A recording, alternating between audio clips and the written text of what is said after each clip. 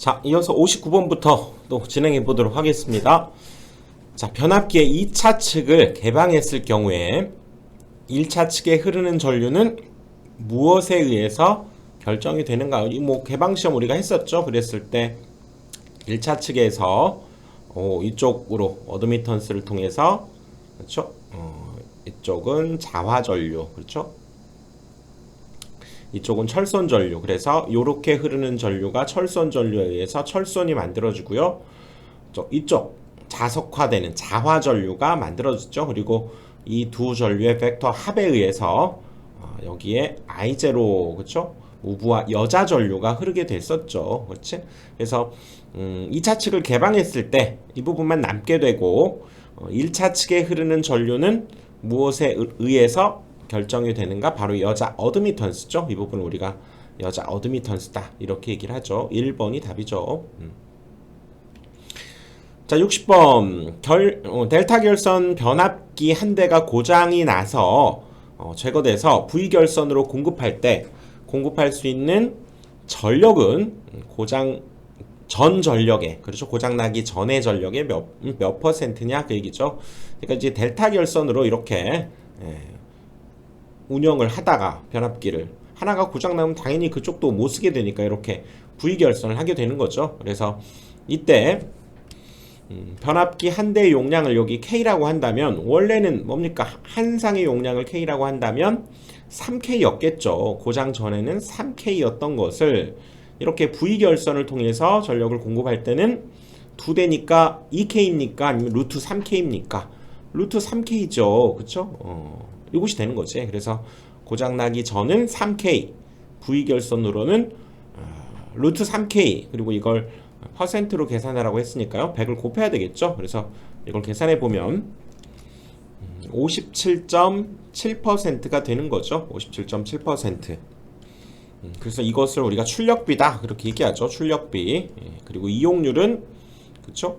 원래 이렇게 두 대를 이용하게 되면 2K였는데 그거에 비해서 V 결선으로는 루트 3K. 그래서 2K분의 루트 3K에서 86.6% 정도 되고요. 그걸 이용률이다 이렇게 얘기한다고 그랬죠. 자, 61번 변압기를 V 결선했을 때 전체 용량은 변압기 한 대 용량의 약 몇 배가 되는가? 이거 우리 V 결선 이렇게 두 개가 즉 변압기 이렇게 두 대로 돌아간다는 얘기죠. 그렇죠? 우리가 델타 결선 그러면 이렇게 상 하나가 한 대씩, 그렇죠? 요거 하나가 한 대씩을 차지하기 때문에 여기에서는 두 대가 지금 돌아가는 거죠. 그래서 변압기 한 대 용량을 K라고 한다면 두 대니까 2K라고 할 것 같지만 그렇지 않다고 그랬죠. V 결선은 얼마입니까? 루트 3K죠. 그래서 한 대 용량의 루트 3배다. 2번이 답이 되는 거죠. 2번. 자, 62번 10kVA의 단상 변압기 3대를 델타 결선에서 급전하고 있는 경우 한 대가 소선돼서 나머지 두 대로 급전하게 되었다. 뭐 V 결선에 대한 설명이죠. 두 대의 변압기로 과부하를 10%까지 견딜 수 있다고 하면 두 대가 분담할 수 있는 최대 부하는 얼마가 되겠는가? 자, 10kVA 단상 변압기 3대. 그러면 이거는 한 상에, 그쵸? 변압기 한 대의 용량을 지금 10kg로 봐라. 그 얘기죠. 그럼 당연히 얼마입니까? 여기 V 결선은 루트 3K가 되니까 여기에서 얘는 루트 3 곱하기, 그쵸? 10, 뭐 키로 단위니까요. 그대로 10으로 합시다. 루트 3 곱하기 10이 이제 V 결선에서의 용량이 되는 거죠. 그런데 이거 말고도 또 10% 정도를 더 견딜 수 있다고 한다면, 자, 여기에다가 얼마를 곱해야 됩니까? 이 값에다가 최종적으로 이 문제에서 해당되는 것은 이제 루트 3 곱하기 10, 이게 이제 V 결선에서 용량인데요. 10% 더 견딜 수 있다 그러면 1 플러스 100분의 10을 해줘야 되는 거죠. 기본적으로 1의 비율은 견딜 수 있고요. 추가적으로 10%, 그러니까 100분의 10 이걸 곱하는 것이 여기에선 답이 되겠죠. 그렇죠? 그래서 이것은 이제 1.1 정도, 1.1이기 때문에 요거 계산기로 두들겨주면 되겠네요. 루트 3, 10 곱하기 1.1 이렇게 계산해주면 되죠. 계산기로 두드려 보니까요. 19.05가 나오네요. 그래서 3번이 답이 되는 거죠. 3번. 그래서 여기에서는 이 부분 10%가 추가로 그렇죠? 더 공급할 수 있다 그러면 1 플러스 100분의 10을 곱해야 된다는 거 중요하죠. 20%면 뭐 1 플러스 100분의 20 이것을 곱해줘야 되는 거죠. 주어진 값에다가. 자, 요거 기억합시다. 자, 63번 단상 변압기의 병렬 운전 조건에 필요하지 않은 것은, 자, 병렬 운전 조건 한번 볼까요? 그래서 병렬 운전 조건을 보면요, 우리가 삼상이라고 하면 단상 3개를 가지고 우리가 병렬 운전을 하게 되니까요. 극성 일치하자는 얘기죠. 가극성, 감극성도 맞춰야 되고요. 우리나라는 감극성이 표준이라고 그랬죠. 감을 좋아하는 민족. 자, 권수비 및 1, 2차의 전격 전압이 같지 않으면 큰 순환 전류가 흐르고요. 권선이 가열돼서 탈 우려까지도 있다는 거죠. 소손될 우려가 있다. 변압기의 저항대 리액턴스의 비, 즉 R분의 X의 비가 같을 것. 이것은 사실상 이제 여기 R분의 리액턴스 이 비율이 같다는 것은 그렇죠. 이렇게 크기는 달라도 그렇죠. 그렇다면 여기 직각삼각형에서 여기 세타도 같아야 된다. 닮음이 돼야 된다 그 얘기죠. 그러니까 위상이 같다 이렇게도 볼 수 있죠. 자, 위상은 우리가 아크탄젠트 R분의 X 이렇게 표현하니까요. 위상이 같다 이렇게도 볼 수 있고요. 그렇지 않으면 순환전류와 역시 권선이 가열될 수 있다는 거죠. 다음 변압기의 퍼센트 임피던스 강화가 같도록 하자. 같지 않으면 어떻게 됩니까? 그 부하 분담 자체가 달라진다고 그랬죠. 그래서 용량의 한 만큼 전력 공급이 불가능하게 된다는 거죠. 이게 같아야 서로 공평하게 공급이 되면서 전체 용량을 쓸 수 있었죠. 그리고 삼상에서는 상회전 방향 및 역시 각 변이가 같을 것. 이것도 위상이 같을 것 이렇게 보시면 되겠네요. 그래서 병렬 운전 조건 극성 일치 출력이 반드시 같을 것 요것은 아니죠. 용량 자체는 사실은 달라도 됩니다. 출력 자체는 좀 달라도 되는데요. 뭐는 같자? 위상이 같고 그렇죠? 전압이 같으면 되는 거죠. 권수비가 같다, 전압이 같다 그 얘기지. 각 변압기의 백분율 임피던스 강화, 퍼센트 임피던스가 같을 것 그래야죠. 그러니까 출력이 반드시 같을 필요는 없죠. 그렇지? 2번이죠.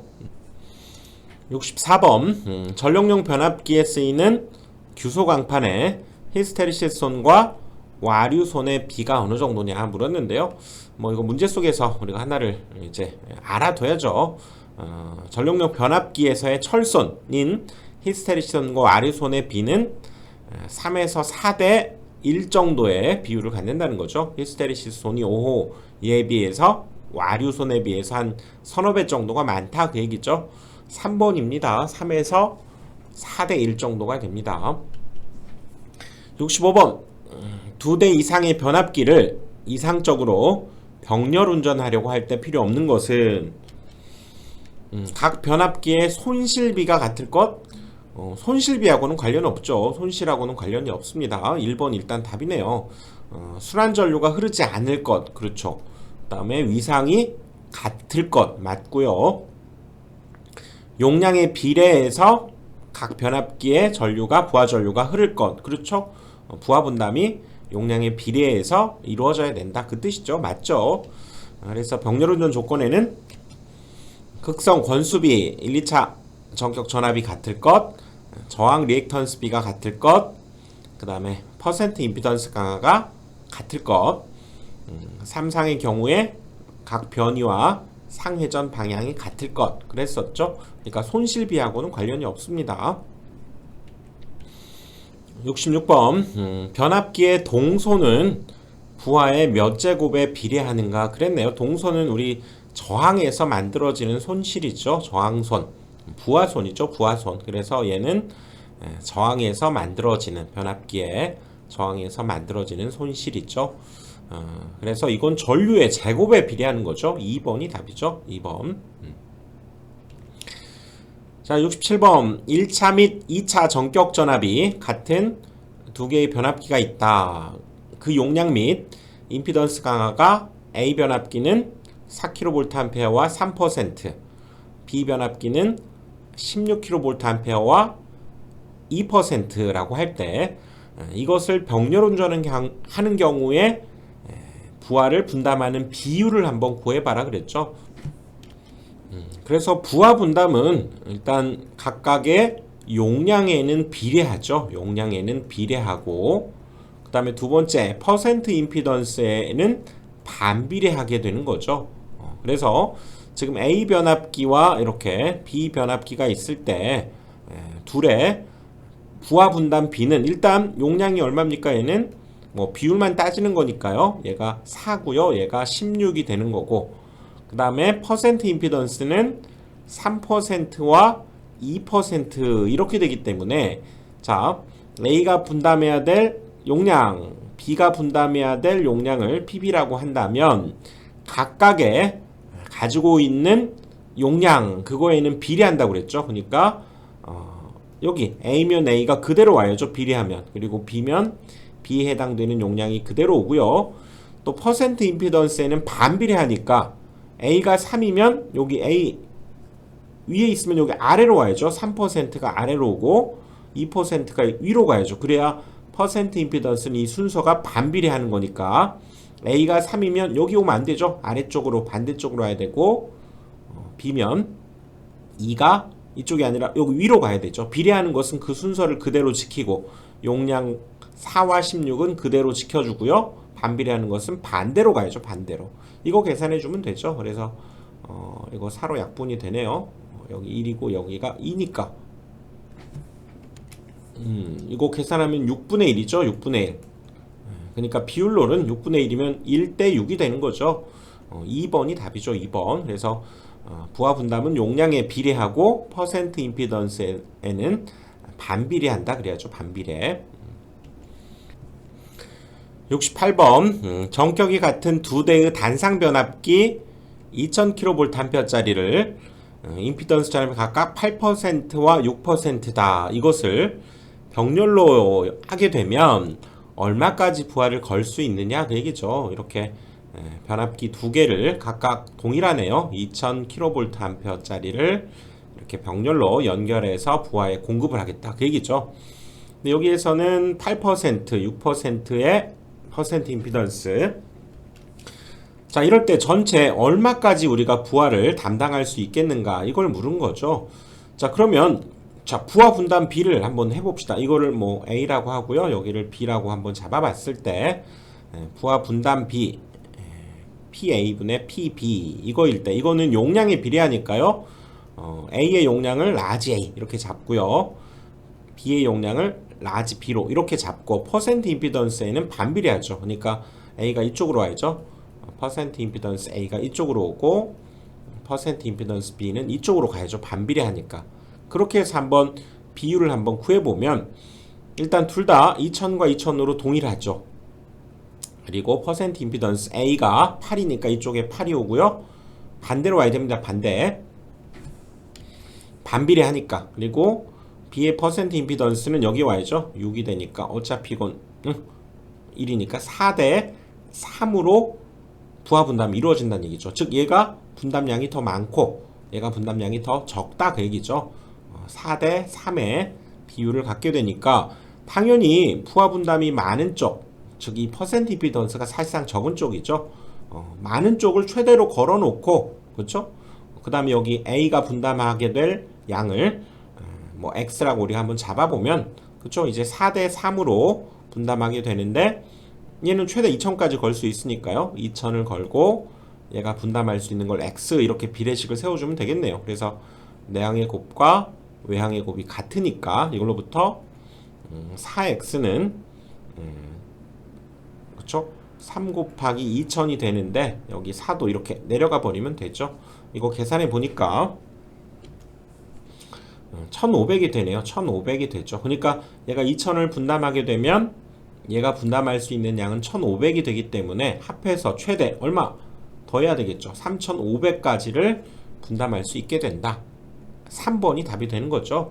이거 여러분 이론 강의에서 자세히 다뤄봤었죠. 자, 69번으로 갑니다. 삼상변압기의 병렬 운전이 불가능한 결선에 조합은 뭐냐? 자, 이거 간단하다고 그랬죠? 짝수로 이루어져 있어야만 된다고 그랬죠? 왜? 위상차 때문에 그렇죠? 델타가 두 개 있으면 그쵸? 델타가 네 개 있어도 되고요. 아무튼 두 개, 네 개 빵개. 응? 하지만 홀수는 안 된다고 그랬죠? 그러니까 여기 보면 델타 두 개, Y 두 개, 짝수. 여기 또 네 개 빵개. 그쵸? Y 두 개, 델타 두 개. 근데 여기는 델타 세 개, Y 하나. 이렇게 되면 안 된다는 거죠. 위상 문제 때문에. 그렇죠? 70번 단권 변압기의 설명으로 틀린 것은 자, 단권 변압기 한번 살펴보고 갑시다. 이렇게 그렇죠? 하나의 이렇게 권선을 통해서 1차 전압 저압 측이어서 V1 아니 VL 그다음에 고압 측을 V 하이 그래서 VH 이렇게 사용한다고 하면 이렇게 작은 그렇죠? 권선을 수를 이용해서 즉 이렇게 승합용으로 사용하는 단권 변압기다 그랬죠. 그렇지? 그래서 여기에서 공급되는 전압 일반적으로 저전압이고요. 이쪽 부하에서 사용되는 전압이 고전압이다. 그래서 저압, 고압 이렇게 되고 이 부분을 우리가 부하 용량이다. 공급되는 용량, 부하에서 사용되는 용량이 부하 용량이고요. 자, 이 부분이 자기 용량이라고 그랬죠. 승합기의 용량을 나타내는 부분이 요건데 즉 승합기의 용량에 비해서 더 큰 용량을 부하에서 사용할 수 있다 그랬죠. 그래서 부하 용량분의 자기 용량 그래서 어떻게 여기를 했습니까? 고압분의 승합 그래서 부자는 고승이다 이거를 기억을 해달라고 그랬죠. 그러면 고압 그 다음에 승합된 부분은 여기 고압에서 저압을 뺀 부분이 승합이니까 그렇게 해서 여러분들 기억하시는 게 좋고요. 그 다음에 이제 이 부하 용량분의 자기 용량을 Y결선 델타 결선, V 결선에서 보면 오호 Y 결선은 그대로 고압분의 승합, 부자는 고승 그대로 사용하고 있다는 걸 알 수가 있고요. 델타 결선 같은 경우에는 VH와 VL의 곱분의 제곱의 차에다가 루트 3분의 1이 됐고 그 다음에 V 결선은 오호 여기 Y 결선의 부하 용량분의 자기 용량 그 값에 얘는 루트 3분의 2가 된다는 거 기억을 해두자고 그랬죠. 요거 기억을 해두셔야 되고요. 자, 그 다음 이제 단권 변압기의 특성으로 가보면요. 주로 이렇게 저압에서 고압으로 만드는 승합용으로 쓰게 되고요. 이렇게 돼 있는 것보다 그쵸? 동량이 적어서 재료가 절약이 되고 그만큼 동선도 감소가 되겠죠. 효율이 좋고 자 누설 자속도 당연히 좋겠죠. 누설 자속이 적고 하지만 단락사고 시 단락 전류가 크겠죠. 누설 자속이 적으니까 전압 변동이 작고 계통 안정도도 증가하고요. 그 다음에 자기 용량보다 부하 용량이 더 커서 그렇죠. 변압기 용량보다 실제 사용할 수 용량이 더 커서 소용량으로 큰 부하를 사용할 수 있게 되고 하지만 이렇게 1차, 2차가 전기적으로 공통이어서 절연이 좀 어려운 단점이 있고요. 3상에서도 사용할 수 있다는 거죠. 그래서 단권 변압기의 설명으로 틀린 것은 그랬네요. 1, 2차 권선 일부가 공통으로 사용되고 블록 권선과 직렬 권선으로 구분되죠. 이렇게 여기가 블록 권선, 직렬 권선 그렇게 구분이 되고요. 누설 자속이 없기 때문에 전압 변동률이 작다. 누설 자속이 사실상 많이 적다는 거죠. 그래서 전압 변동률이 적은 편 맞고요. 3상에서 사용할 수 없고 아닙니다. 3상도 가능하다는 거죠. 단상 3개를 연결해서 3상으로도 사용할 수 있다고 그랬죠. 앞에서 3상에서도 사용이 가능합니다. 4번이 틀린 거죠. 자, 용량 6kVA 3000, 그 다음에 100V짜리 단상 변압기를 승합기로 연결하고 1차 측에 3000V를 가했을 때 그때의 부하 용량이 얼마냐. 이 문제는 지금 단상 변압기를 승합기로 했다는 것은 단권 변압기죠. 단권 변압기. 그래서 자 이렇게 공급되어져 있던 1차 측 이것을 그쵸 이렇게 연결을 통해서 하나 더 지금 이렇게 얘는 가져다가 쓰게 되겠다 그 얘기죠. 그래서 여기에 사실상 요것을 우리가 변압비로 볼 수 있죠. 변압비.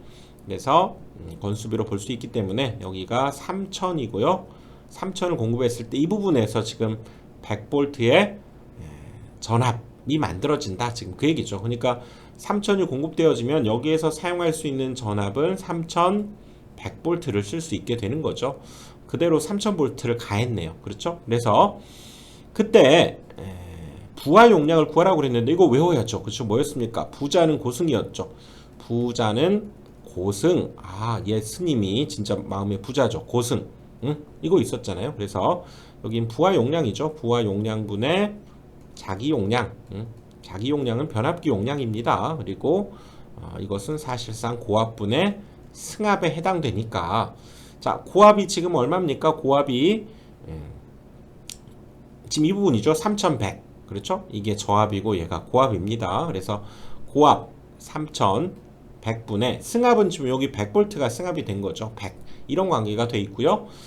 그 다음에 자기 용량은 이 변압기 용량이 자기 용량입니다. 6kVA. 그래서 여기에다가 단위는 뭐 똑같이 kVA니까요. 여기다가 6을 이렇게 대입해 주면 부하 용량분의 6은 그쵸? 3100분의 100 이렇게 되니까 뭐 이거 약분해 버리면 31분의 1 이렇게 됐죠. 그래서 부하 용량을 구하기 위해서는 여기 32분의 1은 이쪽으로 넘기고 부하는 이쪽으로 옮겨버리면 되니까요. 얘를 이쪽으로 넘어가면 6 곱하기 이거의 역수로 넘어가는 거죠. 31이 되고요.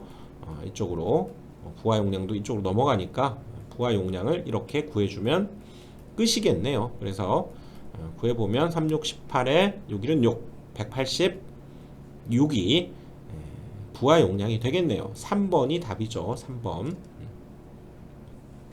72번 1차 전압이 100V, 2차 전압이 200V인 선로 출력이 500kVA인 단건 변압기의 자기 용량은 얼마가 되겠는가 그 얘기죠.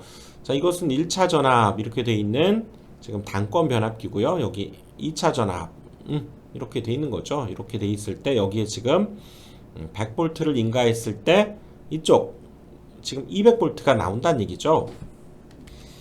그럴 때 선로의 출력이 50kVA라는 얘기는 이쪽 우리가 부하 쪽에서의 그쵸 전력이 지금 50kVA가 지금 사용이 된다 그 얘기죠.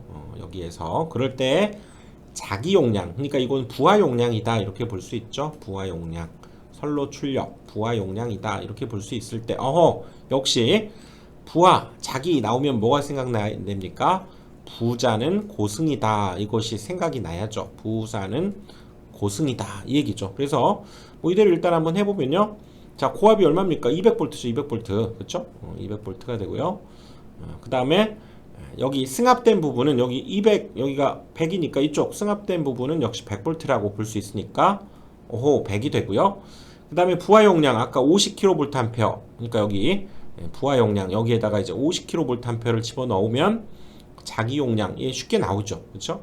자기 용량은 이제 52쪽으로 곱해주면 되죠. 얘는 2분의 1이니까 2분의 1 곱하기 50 이러면 되니까요. 자기 용량은 25kVA 1번이 답이 되겠네요. 73번 V결선의 단건 변압기를 사용해서 선로 전압이 V1에서 V2로 변압해서 전력 P를 송전하는 경우에 단건 변압기의 자기 용량은 얼마가 되겠는가? 이거는 지금 V결선에서의 그쵸? 부하 용량분의 자기 용량 그쵸? 부자는 고승이다. 이거 우리 공부했던 거 그것을 자 V결선에서의 값을 묻는 거죠. 그래서 부하 용량분의 자기 용량에서 Y결선 같은 경우에는 여기 볼까요? Y결선 같은 경우에는 그대로였죠. 고승이죠. 고압을 우리가 V1이라고 했을 때 승합은 고압에서 저압을 뺀 거니까 그대로 고승이 되고 그 다음에 V결선 같은 경우는 여기 Y결선과 동일하면서도 여기 루트 3분의 2가 곱해져야 되고요. 델타 결선은 루트 3분의 1이고 곱한 것분의 제곱의 차 요거 사실상 이 공식을 묻는 문제죠. 여기에서는 얘를 묻는 문제죠. 그러니까 자기 용량을 구하라 그러면 이쪽 부하 용량이 이쪽 곱하기로 넘어가 주면 되겠죠. 여기에서 부하 용량을 P라고 했기 때문에 루트 3분의 2 V1분의 V1-V2P인 1번이 답이 되는 거죠. 여기에서는 강압 낮춘다는 얘기인데 그래도 지금 고압을 그러면 V1으로 볼 수 있기 때문에요. 그쵸? V2가 더 낮은 전압 그러니까 V1분의 V1-V2 여기 V결선인 경우는 얘를 써야 된다 그 얘기죠. 74번 누설 변압기의 설명 중 틀린 것은 자 누설 변압기 한번 살펴봅시다. 자 이론 강의에서 했었던 자 누설 변압기는 주로 용접용에서 사용한다 그랬었죠. 그래서 자 이쪽으로 공극을 인위적으로 이렇게 누설 자속이 지나갈 수 있는 통로를 만들어서 인위적으로 누설 자속을 증가시키는 그런 구조라고 그랬죠. 그래서 이 누설 변압기는 수하 특성, 정전류 특성을 가지고 있다 그랬죠. 그래서 이게 쑥 떨어지는 수직으로 낙하한다 그래서 그래프가 이렇게 수직으로 뚝 떨어진다 그렇다는 얘기죠. 그래서 일반적으로 전류값이 일정하다 그러면 뭐 이상적으로 이것이 전류값이 일정하지만 그렇죠? 이런 특성을 이용해서 수하 특성을 가지고 있다 그 얘기죠. 그래서 여기에서 많은 전류를 잡아먹게 되면 이쪽으로 자속이 이렇게 처음에 흐르다가 많은 전류를 잡아먹게 되면 어떻게 됩니까? 자속이 막 늘어나는 거죠. 그러다가 자속이 늘어나면 여기가 이쪽을 통해서 오호 누설 자속이 만들어지게 함으로써 그렇죠? 이 전류를 조절한다는 얘기죠. 정전류 특성을 갖는다 그 얘기죠. 부하 전류가 늘어나게 되면 누설 리액턴스도 늘어나게 되고 그리고 단자 전압 자체가 이렇게 줄어들게 되면서 부하 전류도 같이 이렇게 줄어들게 되는 그렇죠? 늘어나면 줄어들고 줄면 늘어나고 전류를 일정하게 만드는 그런 특성을 가지고 있다. 누설 변압기의 특징이 되는 거죠. 그래서 용접용 변압기에 쓰이는 편이고요. 그래서 틀린 것은 2차 전류가 증가하면 누설 자속이 증가하면서 그렇죠. 거기에서 전류를 낮추는 역할을 하게 되고요.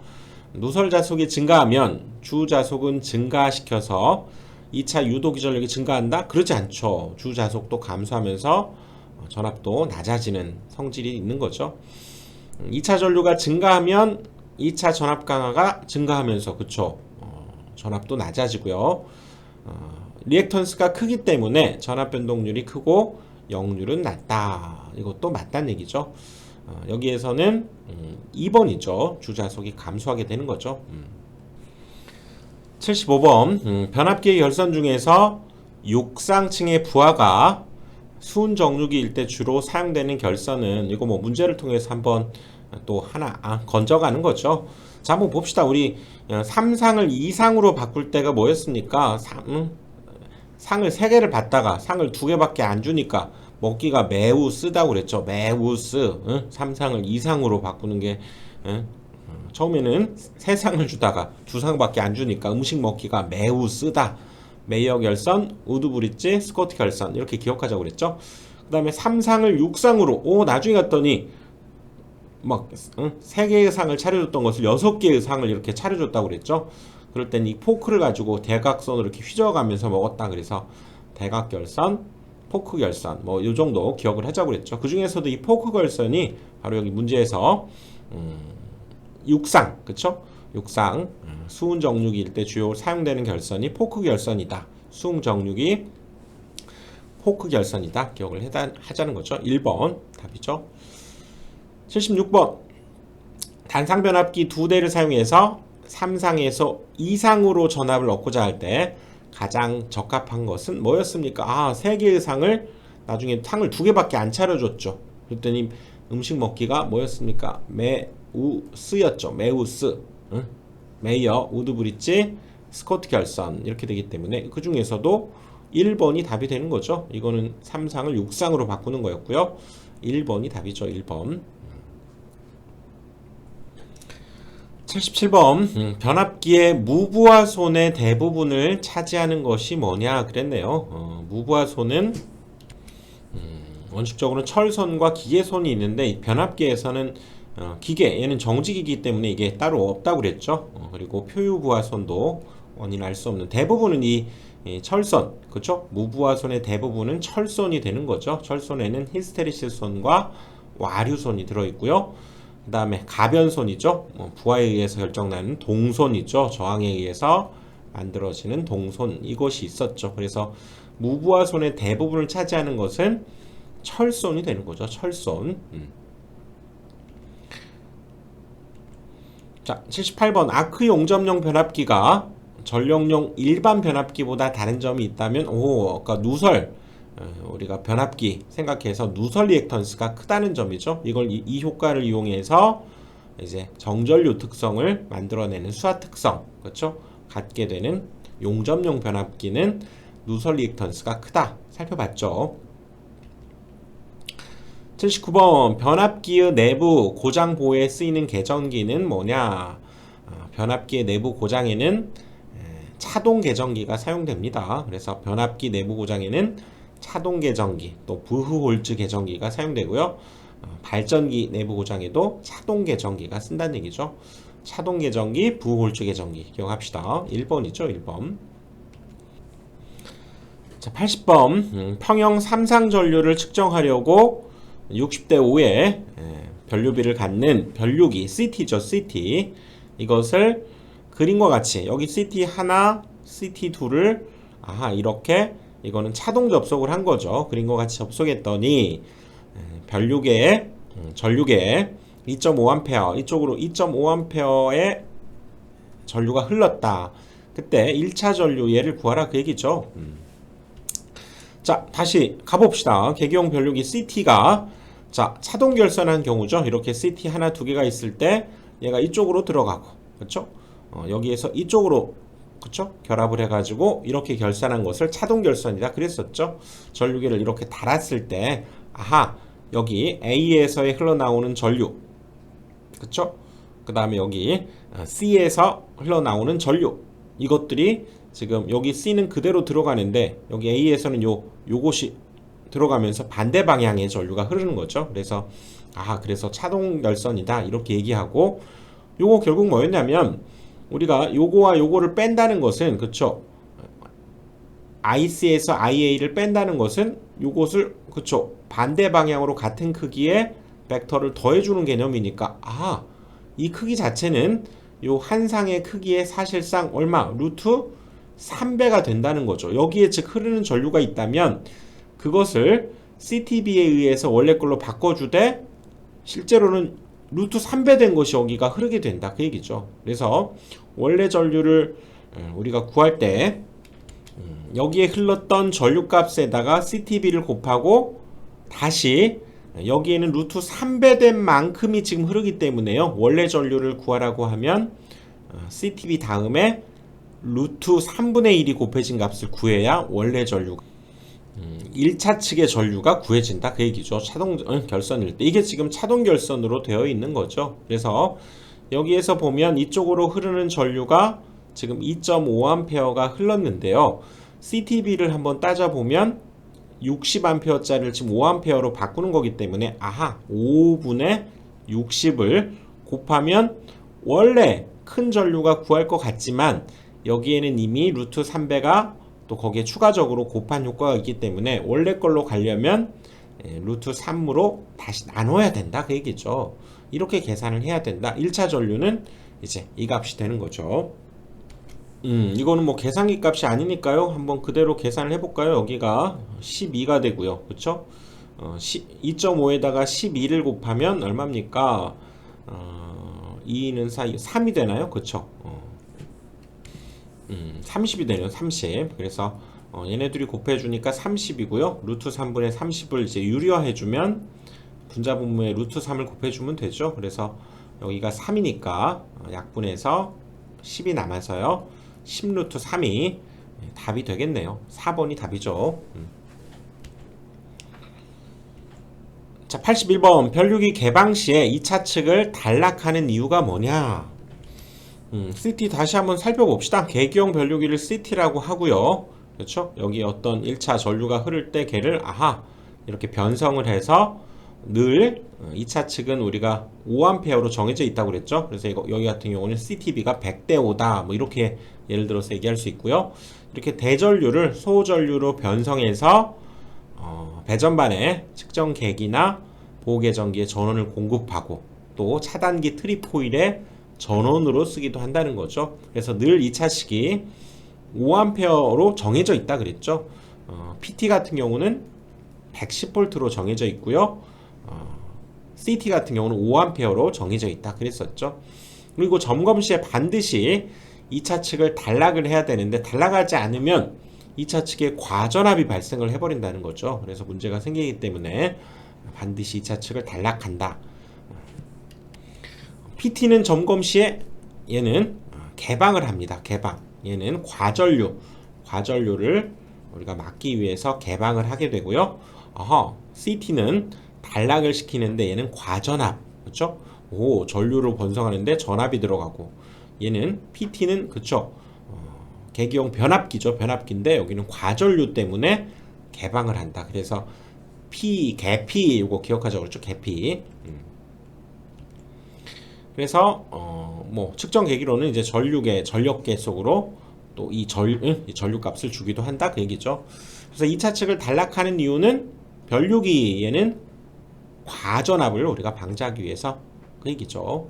2차 측의 즉 절연 보호하고도 관련이 있죠. 과전압 절연을 보호하기 위해서 단락을 시킨다 그 얘기죠. 1번이 답이죠.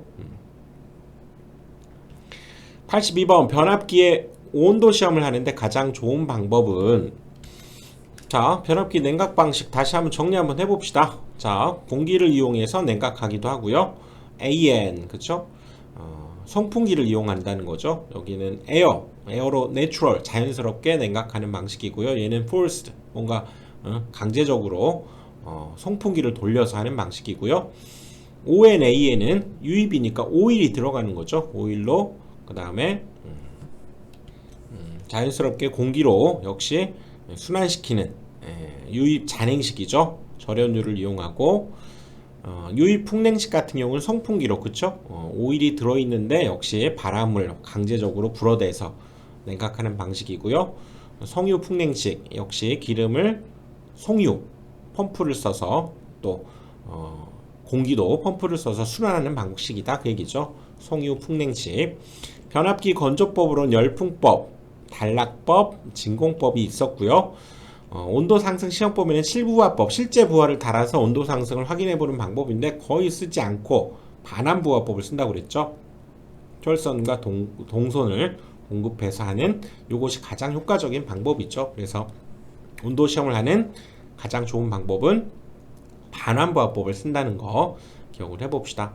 자, 이렇게 해서 변압기 강의 82번까지 핵심 문제 강의를 마치고요. 자, 다음 강의에서 또 뵙도록 하겠습니다.